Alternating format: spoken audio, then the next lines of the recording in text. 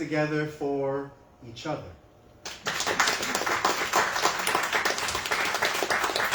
And keep your hands going for my wife, Nina. Happy birthday month.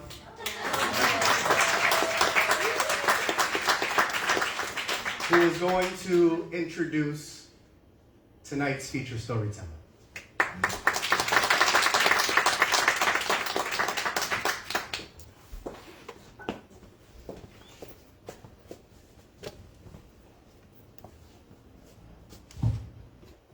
Good evening, everyone. Yes, it's all right.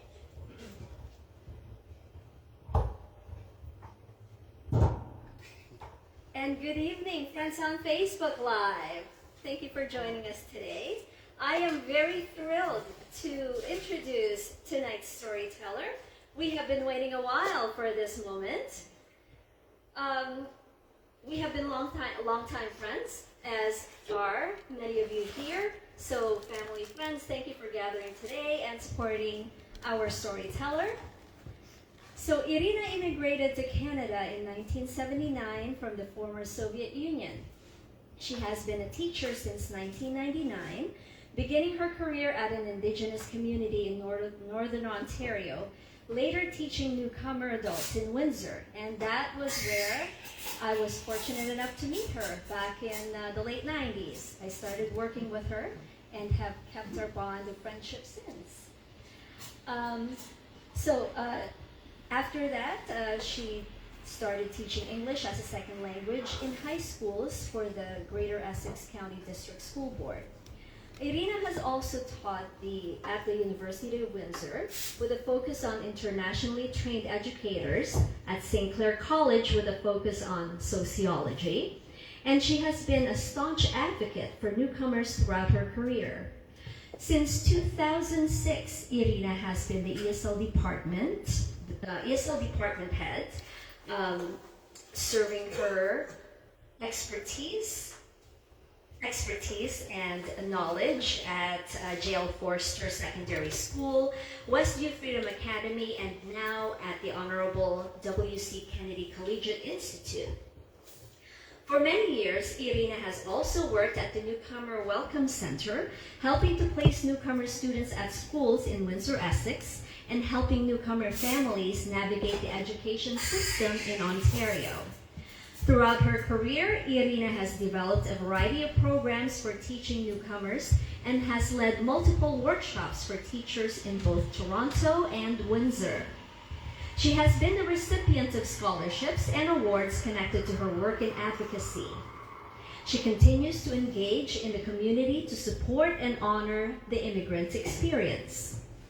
So everyone, please put your hands together as she presents I Am You and You Are Me, Stories of a Little Russian Girl. Please welcome Irena Davis.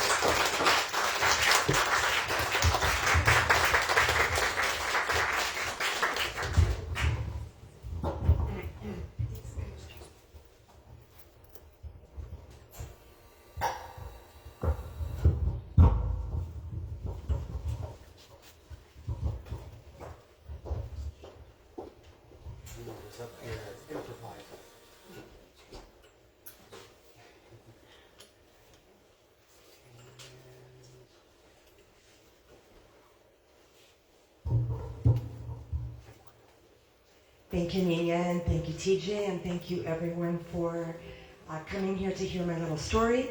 I really appreciate it.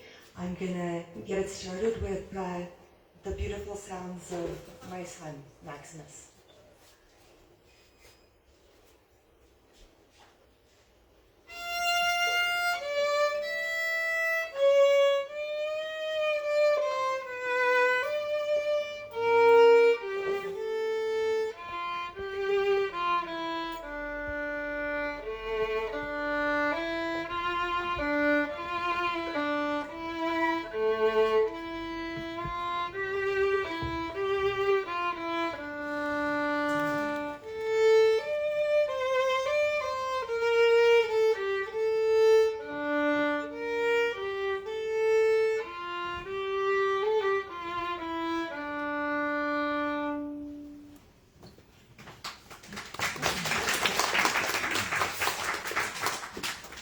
In 1978, before I turned 8 years old, I started grade 1 in September and attended school at Szkoła Numer 2 for 3 months in Bobruisk in Belarus in the former USSR.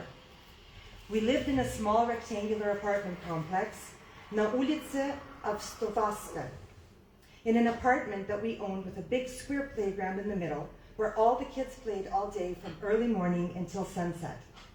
I call it a playground because we played there. We didn't know that it was minus the swings or the teeter-totters or the jungle gyms. We used old shoe polish containers to mark our spots to play a Russian version of hopscotch, klasiki, and drew the squares in the hard earth with sticks, and we climbed the apple trees to get a few bites of apples that didn't have worms in them. If you needed a washroom break, the grass was rather tall on the edges where the apple trees stood, because when it really mattered, no adult could ever be found. The 10-year-old was the grown-up for us younger kids. My papa knew how to make, do, and fix anything. One day, he had some old army surplus plane parts brought in on a tiny blue truck, or maybe it was an army jeep, or maybe both. I have no idea how and where he found the parts, but he built us swings made from what I think were small, heavy airplane seats. You had to sit in the middle of the seat, or there had to be 2 of you on the ends to keep the swing balanced. This was now a playground where you could die if you got hit by the steel cockpits. It was so much fun for us kids. I imagine someone somewhere said thank you to my dad. When school begins in 1978, Bobruisk, it's a very special occasion. The children are dressed in their full dress school uniform, not the daily brown drab. All families gather outdoors with extended families to take pictures with the shkolniki, getting ready to begin a new year of education. This is an honor and a privilege, and us kids knew and felt the importance of this day. I still feel it as the only way to realize life, such as it is. My grade 1 teacher seemed to have taken a strong dislike to me from the first day that I sat straight up at my desk with a buntik in my hair, my pencil and storka to the right of me, and my feet placed firmly together below me, not sure how I couldn't figure out how to do absolutely anything right, even though my math answers were always perfect. And I got only the worst possible marks in school that they were able to give me, kol, in big red pen. Written directly into my leather dnevnik, I understood that I was so awful that I had to be regularly disciplined and placed into isolation for periods of the day. Very awful. My teacher's words sounded like piano keys at the far right end of my piano. My ears rang with the sounds, but I cannot recall anything she ever said to me. I learned that I was a bad student and a very bad girl, but I also learned how to read and write in spite of the efforts of my teacher. For this beautiful gift, I have my Dedushka Yosef, my mom's dad, to thank. He taught me how to read when I was the ripe age of 3, and for some reason, writing came easily to me. Before ever starting school, I could already read and recite fairy tales and nursery rhymes, and I knew every lullaby by heart. Something rhythmic happened when words were around me. They were all songs set to music in my mind. Retelling them to myself during periods of upheaval, trauma, turbulence, and fear are still my best ways of coping with the cold world, such as it is. Жили у бабуси 2 веселых гуся, один белый, другой серый, 2 веселых гуся. Мыли гуси лапки в луже у канавки, один белый, другой серый, мыли гуси лапки. I won't get deeply into my misadventures of school because mostly they weren't pleasant. And because I did some things being such a bad girl, suffice to say nobody in my class had a dnevnik for the teacher to write grades or comments in before I left the school. The teacher did pay my parents a nice visit, and I got into extra big trouble. And then, suddenly and without warning, I stopped attending school. And a few eerily quiet months later, just before my 8th birthday, my whole family was packed with heavy German leather-bound trunks that we called suitcases, and on an autobus to the train station in Brest. I'm not sure what my little mind thought. Were my misadventures at school related to us leaving town? I learned much, much later that the plan to leave the former USSR had been in the works long before I ever started grade 1. In March of 1979, my mama, papa, and me. Oops. My journey. In March of 1979, my mama and papa, me and my little brother, my papa's sister and her family of 5, and my babushka, my dad's mom, stood trying to hide her panic in the customs line awaiting processing to get onto the train going from Brest to Vienna. There were guards with rifles, and the customs officers' words riddled my ears with seemingly small hitchhikers like the ones thrown at me by kids when thistles were in season. The story of leaving the former USSR was an ordeal that would require much more time than I'm allotted here. Another session, another day, another life. What I will say quickly is that our carefully packed suitcases were tossed apart and all items thrown back in haphazardly. Some not fitting and being tossed into extra bags my parents somehow knew to bring. Our 10 purchased train tickets were reduced to 6. Searches of our persons were conducted. All items considered jewelry were weighed. And somehow, 10 of us, and most of our luggage were in 8 seats, and my mom, 1 graduation ring lighter. She talks about that ring. You can ask her later. She describes the amethyst stone set in gold as she moves her finger to outline where she wore it, and she remembers her pride upon receiving a silver medal for academic achievement when my grandparents, Olga and Yosef, gave it to her at her high school graduation. This was a few years before she began medical school to become a dentist. She retells the story of how my dad asked her to give her graduation ring as a gift to the conductor to make sure we had enough seats on the train. We also surrendered our passports, and we became a stateless family without a country, without a single penny, because money and valuables were not allowed out of our former communist country. My dedushka Yosef stood at the wire fence to see us off, knowing he would never see us again. I optimistically said goodbye to our time reading together in Gomel, where my babushka Oля fed me kasha on the window ledge as I watched the pigeons in the street.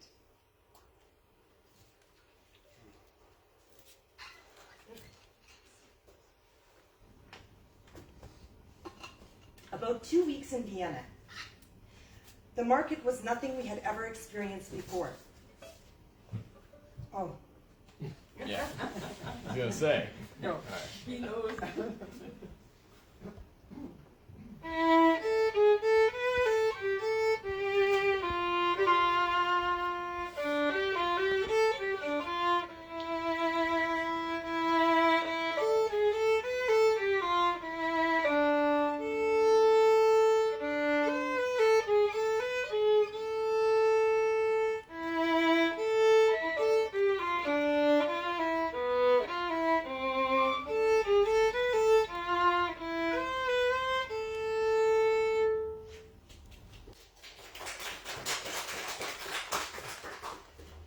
About 2 weeks in Vienna, the market was nothing we had ever experienced before. As a child living in Babruysk, I was never hungry.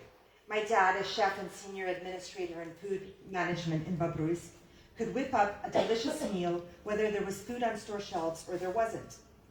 We received milk jugs that were still warm regularly, and my dad made preserves with fruits and vegetables grown in our area. He also salted and seasoned meat. We usually had bread either from the store or baked at home, and somehow we even had oranges, thanks to my dad and his talents in both the kitchen and with trade. My dad made pâté with goose or duck liver, and on occasion we even enjoyed beluga caviar. We never questioned the mold on the oranges or the bread. We cut it off and ate the remainder. Sometimes we had the best salami and kielbasa, and sometimes we didn't, but we were never hungry, and we never, ever threw food out. It was always eaten or used for a chef's leftovers that never tasted like leftovers. We were very, very lucky. In Vienna, we got even luckier. The food we saw at the market was in such abundance and in so many colors. We kids, we'd never seen bananas. We shared one as a family. I still remember its smell and taste as we walked on those cobblestone streets. I also remember hearing German for the first time. It rang like pebbles falling in my ears, but my ears couldn't catch them. How did my dad know German? I've had many bananas since, but nothing has been able to compare to that first one that we shared when I was 7, turning 8. Okay.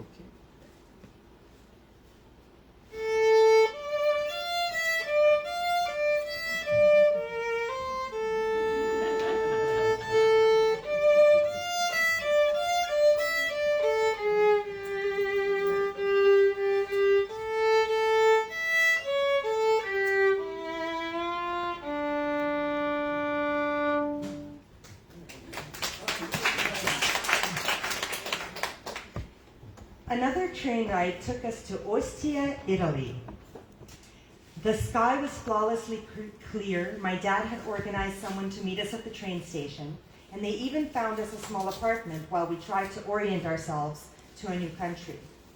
Nobody in my family spoke Italian, and I remember thinking that the words I was hearing all around me sounded like music, being carried in the breeze. It brushed my face and skin and moved past me without landing. Our apartment was in the basement and a 2-minute run to the Tyrrhenian Sea. All 10 of us were together sharing 2 bedrooms, a kitchen, a living room, and 1 bathroom. We considered ourselves lucky because we also had a yard. We 5 kids loved the yard and the sea, and we swam every chance that we could. I was a strong swimmer, having learned while vacationing as a 3.5-year-old on the Black Sea with my family. My dad ensured my ability to survive in the water by throwing me in and watching me as I adapted to my new environment. There were no options but to swim, and swim I did. Now in the sea in Ostia, there was no need for lifeguards. I was independent. I thought that our apartment was in the best spot in town because every morning a man on a bicycle pulled a wagon of fresh baked chlieb, bulichki, and other baked goods. How lucky were we? Our suitcases were full of things that we could trade. I can still taste the bread we ate in the mornings in Ostia. It didn't even need butter or marmalade. Its aroma is embedded in my memories, and although I've eaten a lot of bread in all parts of the world since then, I have never experienced it like I did when I was almost 8 years old. During our time in Ostia, us kids got to go to school for refugees to learn the language, while our parents conducted the business of surviving and looking for a country that would take us and perhaps one day offer us citizenship. I didn't know this back then, but Ostia was always a layover for our intended country, Australia. My parents, my tiotia and dada, and my babushka often had to go to Rome to the consulate to deal with documents and the business of immigration. Whereas in Belarus, my dad had resources in all fields and levels of government, and he had the bartering power of vodka and caviar to request a document or signature or other necessity. But this was Italian, and his resources and language were quite limited. This new land was calm, hot, peaceful, religious, and government workers took their breaks, siestas, and holidays very seriously. Everything in the government offices and consulate moved like the gentle water that grazed the sand near the sea on a clear, warm beach day, and then moved just as gently back into the sea. There was never a feeling of hurry in Italia. Buongiorno and arrivederci were words spoken to help us realize a day that began and ended at some government office inconclusively. This was a stark, vivid, and conceptually distant contrast to the life we knew in the former USSR. My parents, aunt, and uncle also often went to work at large bazaars, where they could sell or trade items we had in our suitcases. We were not permitted to legally work in Italy. One day, we all had to go to Rome for medical assessments. It seemed like Australia was going to be a reality very soon, based on the documents we had to complete, the questions we had to answer, and the 10 hours we spent at the consulate. When we got home, our apartment looked like a hurricane went through it. And much of our expensive items, like the German cameras, were gone. A new adventure began. I had big blue eyes, and I wore pigtails like grandma helped me put on a small apron. I would go to the piazza and offer small Russian trinkets to anyone who was interested for 1,000 lire. I sold hand-painted wooden spoons and matryoshka dolls.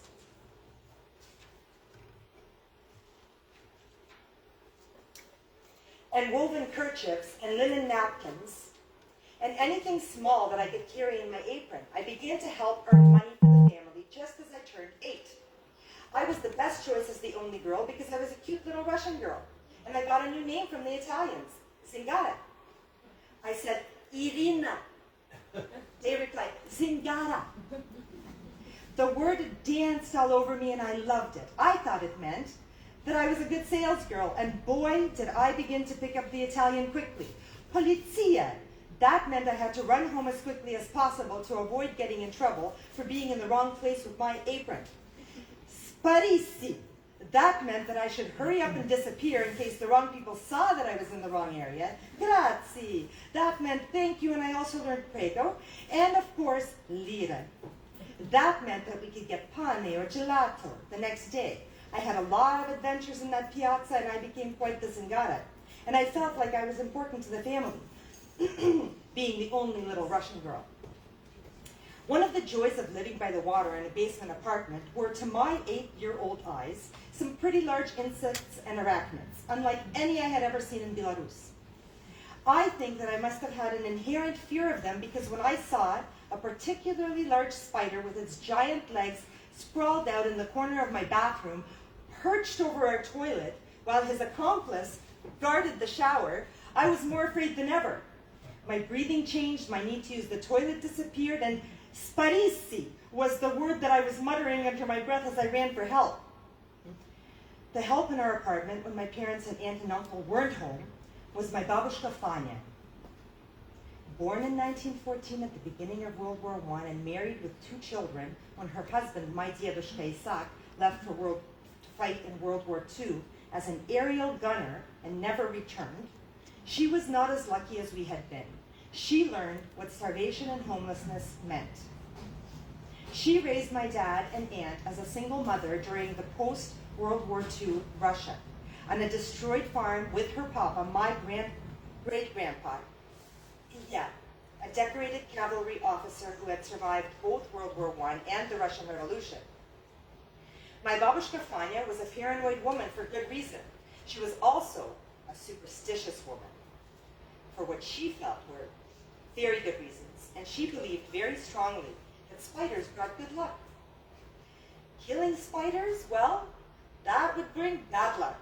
So I had to learn to use the toilet with the 70 millimeter long, that's almost 3 inches, Chantal, of bristly legs above me. Thus my showers lasted no longer than a minute. My eyes did not move off the lanky Lucky Charms suspended in midair like horror-filled balloons in our bathroom. Aside from my arachnophobia that followed me to Canada, thank you very much, there was a lingering conflict inside my naive little mind. If I were really Zingara, why couldn't someone attend to my living nightmare in the bathroom? This conflict applied to many of the happenings in our life in Austria. If I had to run away from the piazza because the polizia were clearing out the unlicensed traders, and I had to leave a sandal behind after tripping or slipping on something as I ran, why could I not get a new sandal? I knew in my heart of hearts back then that a lost sandal would create a shoeless little Russian girl. But how then would Zingara return to the piazza? I later realized that I was kind of worried for nothing because there were always other sandals and shoes, and their sizes never mattered once you got used to them. I don't remember if my parents were mad at me about the sandal, but I thought that they would have been. Another strange and worrisome event happened when one of the elastics that held my right pigtail broke. It was a Monday or Tuesday, and my parents and aunt and uncle were gone to Rome early in the morning. We had already been approved to immigrate to Australia, where there are more spiders. But my babushka, considered a senior citizen, was rejected. My parents had no choice but to start the process of finding a new country all over again. That day, as I wound my elastic around my right pigtail, it snapped and broke. petrified as I held the withered elastic. The families in Ghana needed to have pigtails to attract the very little attention from polizia and big enough attention from senoras and senors with lira. My babushka tied the two ends of the elastics together for the day, but my fear in telling my parents hung as a lopsided and loose pigment all day. I cried when I told them what happened. I thought that they would be upset with me. I must have had other reasons to cry that day, but I only remember that elastic and its quick replacement. I didn't really need to worry about it, I guess. I got my hair cut very soon thereafter. In the meantime, my Italian was continuously improving, and I was quickly becoming the family interpreter. I was very proud of myself. A little Russian girl who only got the worst possible marks in grade 1, and already an immeasurable asset to the family in Italian. On certain days of the week, we kids went to school to improve our Italian. There were other displaced children there, mostly from Europe and Vietnam. I didn't feel like any teacher disliked me, and I remember hearing the flow of Italian words that seemed to dance to some very light and airy music. And I remember looking at pictures of fruits and vegetables and learning words like ciao, bueno, and come si, come sa. I always tried to repeat the words that got stuck in my ears after class. I still feel like I understand some Italian. I've always felt at home in the Italian casas of my friends and in-laws. Later, when traveling to Italy as an adult, I had this sensation that Italy is like my second home. My dad really took to some of the words in Italian too. One favorite was come si, come sa, and he mixed them into all his known languages for the rest of his life. One memorable occasion at school while we were having lunch outdoors happened when we heard the familiar sound of a Vespa, and another, and then pop, pop, scream, pop, scream. It sounded like firecrackers until we saw what looked like boys' toy pistols. We heard someone scream, pistolet! And we hid behind the trees while scores were being settled and purses were being snatched. I ran home with my brother's tiny hand clinging to mine. The sirens of the polizia were shrieking overhead, hitting my ears and back and feet, and even my mouth, like pellets of hail or ice or cold pouring rain. My body was buzzing, my feet vibrating, and my heart pounding so loudly, but not loudly enough to stop the shriek of the sirens. I think that I must have become a stronger little Russian girl in Italia, though I had nightmares for a while afterwards, mostly to do with my brother falling behind me as I ran. And my parents kept us home from school from then on. The timing was pretty lucky though. Soon we were all on the way to Rome, and we all had silver chains with our signs of the zodiac on them, and I even got my ears pierced. All us kids got new, warmer clothing, and we took photographs with the one camera that my dad kept with him on his visit to Rome the day all our expensive German cameras disappeared. We actually got robbed several more times in Ostia. My dad got really good at leaving out the items we knew weren't good sellers, neither by Zingara nor the family. Soon, I was quite certain that the spider luck must have been working because Canada, a word us kids had never heard before, accepted all 10 of us.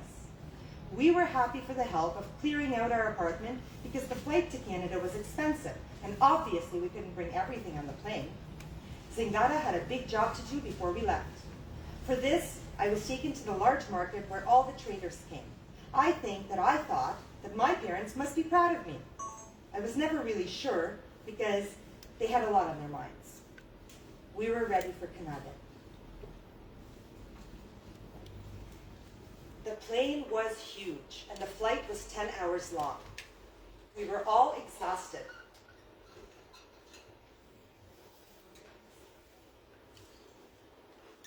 I only remember that my ears whirred with the sounds of the plane engine. My dad feared having the whole family on one plane. It went against his instincts. His own father perished in the cockpit of an airplane when he was only 5 years old. I think this made him extra silent, and maybe even a little extra cross with us kids. I also remember that someone met us in Toronto and put us on a much smaller plane to Windsor. It was a cold day on November 15th, 1979. I remember hearing something about 1 degree Celsius. We stayed in a hotel on Olette Avenue. It had a black and white facade, and on the top floor, there was a breakfast buffet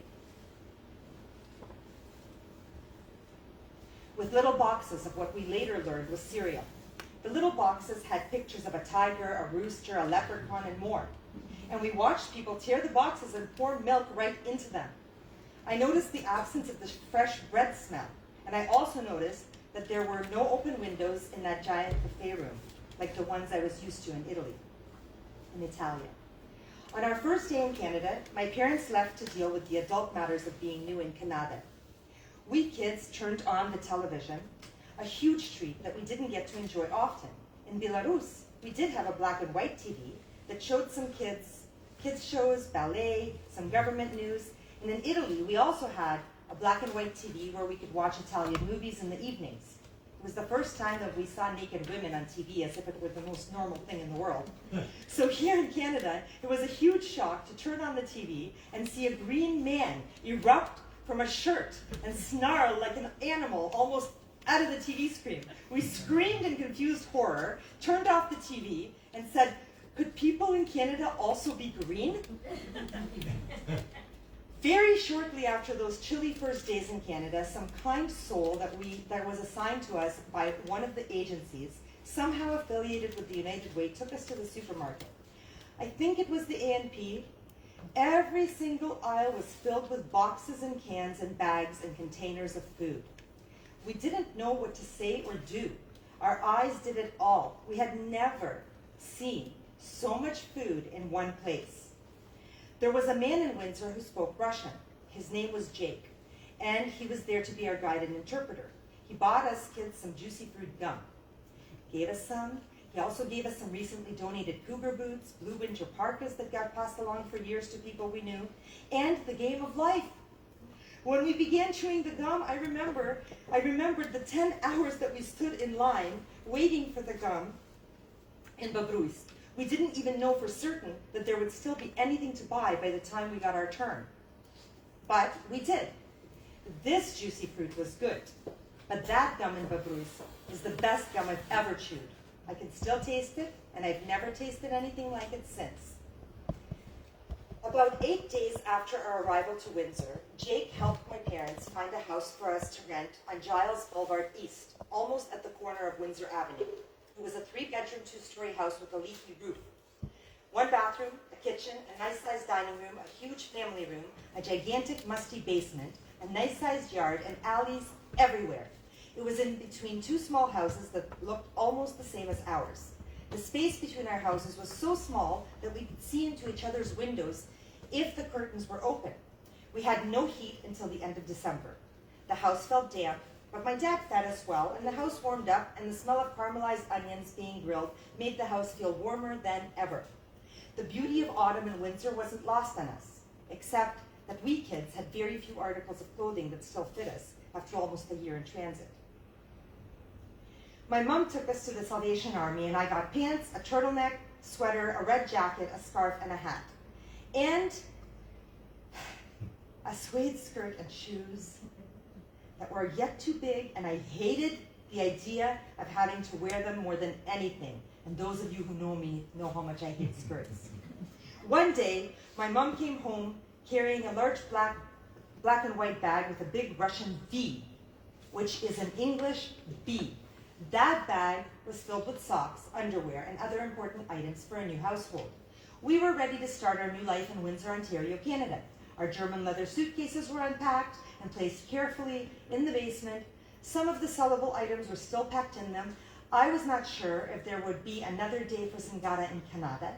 We also traveled with an assortment of canned goods from Belarus, and we still had some of those left in our suitcases too.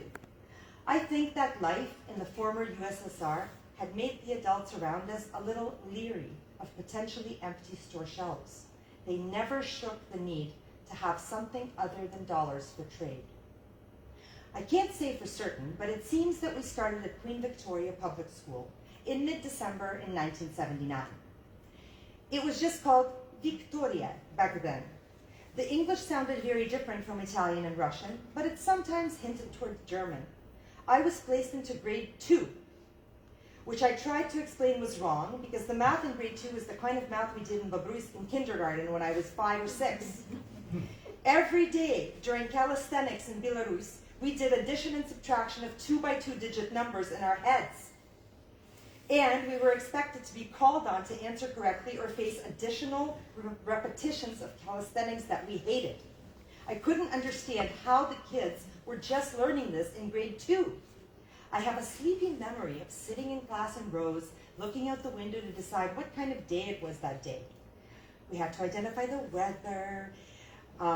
It's a cloudy day today. It's a chilly day today. It's a rainy day today. It's a sunny but cold day. What do you wear to school when it snows?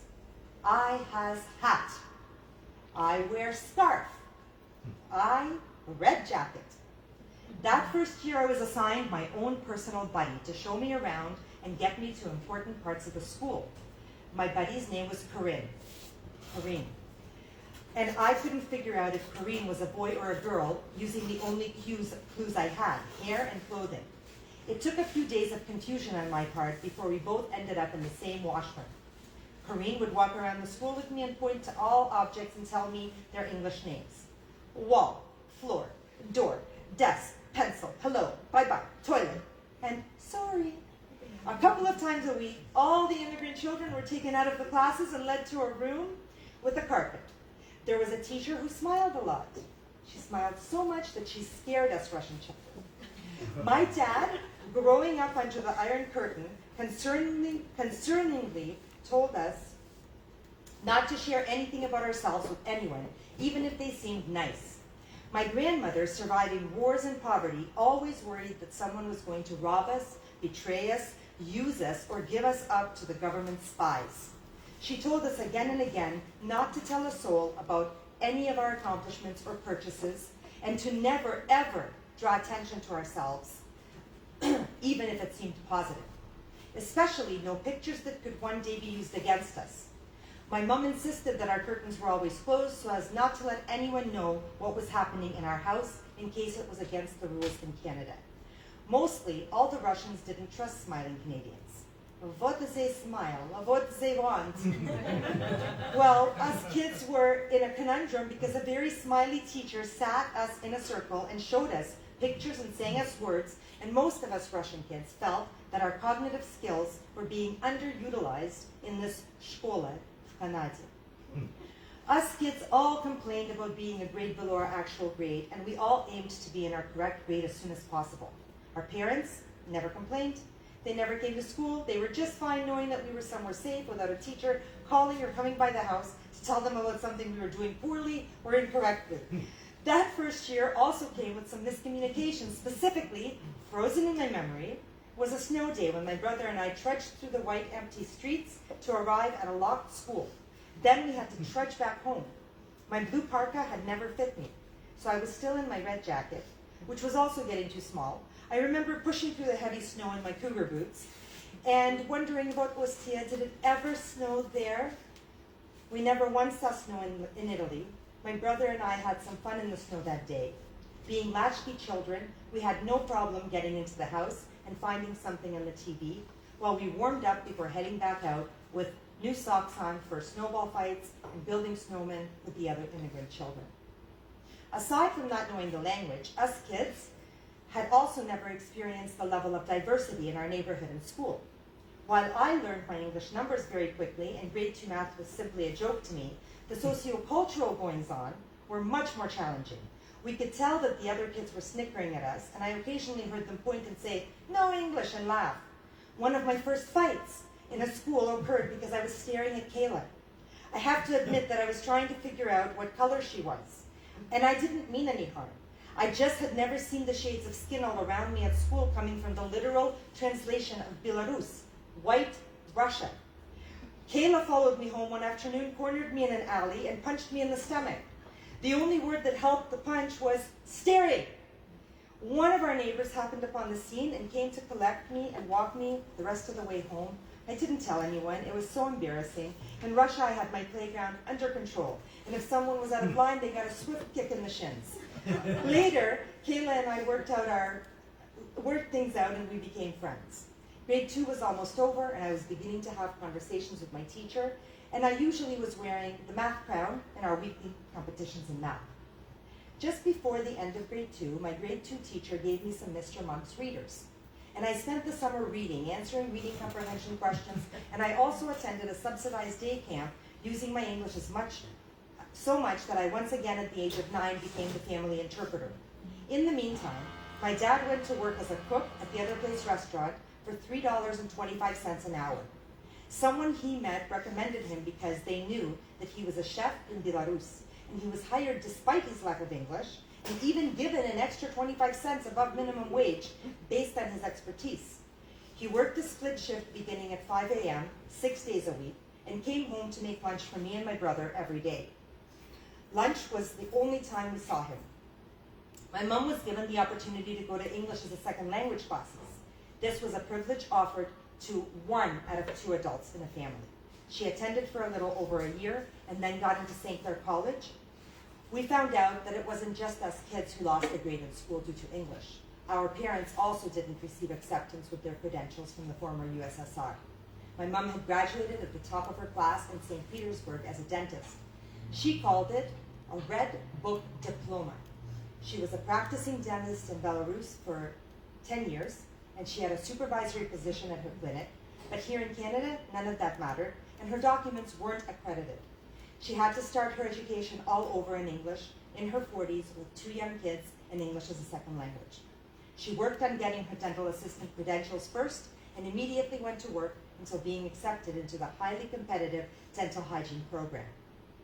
We saw her only on weekends. Still, I have mostly good memories of those first few years in Canada, playing with the other immigrant children and walking to other immigrant Russian homes to taste the Russian food that we all were used to and still craved. We didn't really socialize with the Canadians much in those first few years. We knew that we didn't fit in, and we weren't really encouraged to trust them or get to know them.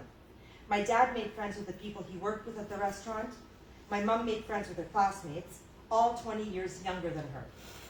Us kids made friends with other immigrant kids, and the kids nobody else played with at school. Poverty is one of those things that I never understood while I was in it. The fact that we went shopping at the Salvation Army byway and church bazaars was just the thing we did. My brother and I loved playing the used games we got, like Monopoly, checkers, chess, and the Game of Life on Saturdays. If a piece was missing, we used the stone. We had a tiny black and white TV, and we were very glad to be able to watch cartoons on it on Saturday mornings. It didn't occur to us to ask where our parents were going. We had our own fun to have and our own lives to lead. Taking quick, cool showers or baths that required a lot of hot kettle water was just a normal part of our lives. The leaky roof was always leaking, and my dad was always asking the landlord to fix it, and even tried to fix it himself, and it periodically stopped leaking, but my closet was full of mold. When we grew out of our coats and boots, we always tried to find new ones, and if we didn't, then we layered up sweaters and jackets. Shoes and boots that were the correct size were a luxury. If we wanted something extra, we had to be resourceful. We looked for glass pop bottles that we could return to the corner store so that we have enough change to trade for a quarter from Miss Batman or Galaga or Centipede. Or, if we really wanted to enjoy life, we could buy a bag of penny candy. We could never participate in hot dog day at school because there just wasn't an extra $2 for us to spend. Bringing a lunch to school on occasions that my dad couldn't come home was also problematic because our lunch looked and smelled gross to the other kids. We dreamed of the peanut butter and jelly sandwiches the other kids were eating on white bread, even though we didn't know what it was they were eating. We saw Twinkies and Ding Dongs and Joe Louis and bags of chips on tables around us. We complained to our parents about our smelly Russian food. This money situation had to be addressed because there were field trips at school and hot dog days and the Freedom Festival games and the arcade games at Pasteis and movie theaters, and we knew that our parents were saving every penny for my mom's college, for my dad to buy a car, and for us to pay back the cost of our flight from Italy to Canada. We were obligated to pay $25 per week until our debt was repaid. Not sure how I happened upon a penny saver, but I saw that they needed carriers. I was in grade 3, and my math was still too advanced. Mr. Dragic, our principal, moved me to grade 5-6 with Mrs. Stewart. She was a bodybuilder. I loved her. She smoked in the classroom at lunch, and sometimes in the mornings before school, and sometimes I stayed in at lunch to get help with my English. My English comprehension marks were not what I considered good, but my other marks were good enough, and my writing was excellent. Not the grammar, but the stories, book reports, and poems. Every month, the teacher gave us a flyer with pictures of all kinds of books and magazines that we could order. I wanted those books more than anything, so at the age of 10, I began delivering penny savers. I earned 1 penny for every 3 or 4 penny savers that I delivered. My route was Windsor Avenue to Shepherd Avenue, Shepherd to Goyo, and Goyo to Giles. My first paycheck after a month was $1.60. Still, I was independent. Never mind that my whole family walked with me while I delivered the penny savers in the cold winter evenings. Soon I had some money to buy a book from Scholastic. And I even had some change left over to play a game of Miss Pac-Man. In grade 6, I got lucky enough to get Mrs. Stewart's 5-6 class again. That was an impactful year. I got a paper route, began babysitting, joined the school soccer team, got braces, and won a locker decorating contest. And I won the junior speech contest. Not only in my class, but in my school. I got to go to the championship speech competition for the whole school board, and I got to drive with Mrs. Stewart smoking her cigarette. Speech topic, orthodontal treatment. I think back now and wonder how on earth I could have possibly made such a topic interesting. And how I guess 3 years was obviously quite enough for my writing to be good enough to win a speech contest against Canadians who grew up in Canada and spoke perfect English perfectly. That must be why Canada gives citizenship after 3 years. We celebrated this accomplishment with phone calls to family in the former USSR, photos of our Goodwill sheepskin parkas with my skirt, and Russian hats, posing and smiling in front of a newly purchased blue Ford LTD 500, and near the snow-covered evergreens at Jackson Park. Soon, we received our Canadian citizenship cards. English was now our language, and Canada was now our country.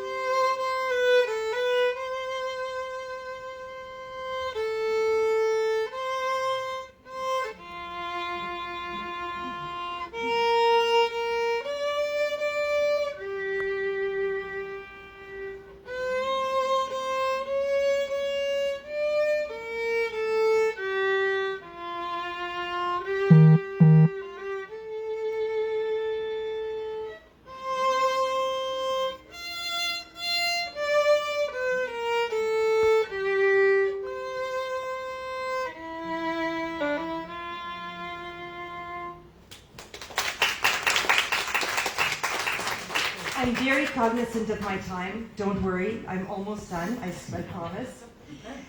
There's much more to tell about growing up as an immigrant to Canada, but I think I would need another session to do it.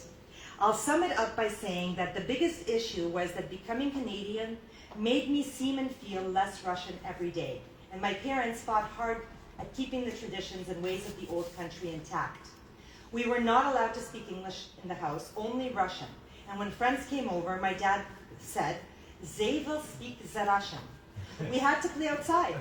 He was right though. The more English we spoke, the more Russian we forgot. I understand this effort now that I have my own child and have had to reteach myself Russian syntax, animal sounds, card names, farming equipment, every dinosaur in Russian, and the solar system so as to pass the tradition of the Russian language on to my son.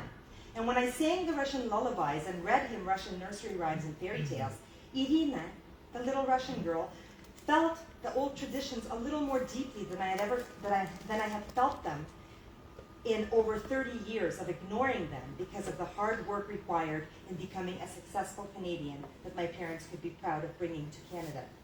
Canada. I will end now by telling you that retelling my immigration story was inspired in 2013 or 2014 when I was asked by Cassandra Richardson from 5Ws to contribute some words to an art display. I was asked as a member of the Windsor community engaged with newcomer youth. I was supposed to impart words of wisdom to new little immigrant and refugee girls. I contemplated sharing the hard realities astride the cautious optimism of a sought-after future. And to me, what stood out the most was the value and need for education, re-education, and continuous learning. That is what helped us survive and become part of the fabric of this land, Canada. The piece that I wrote was displayed in a window somewhere downtown for a time. I never saw it, but people who did see it got in touch with me, and they had the need to tell me that when they read, "I am you and you are me," they were both surprised and inspired by the name and credentials of the person who wrote it. I don't have time to read it to you, but it's here on display for you if you'd like to see it and if we are allowed to have the time.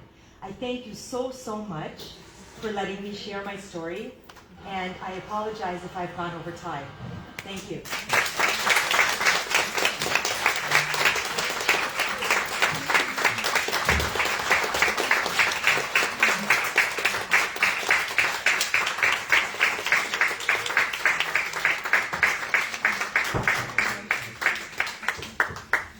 All right, friends, now family, that is another blaze of story. Put your hands together one more time.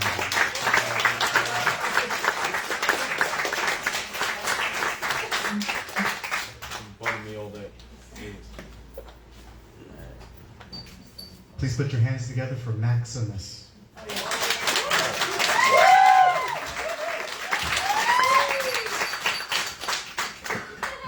Keep your hands going for Cafe Amor and donation jars.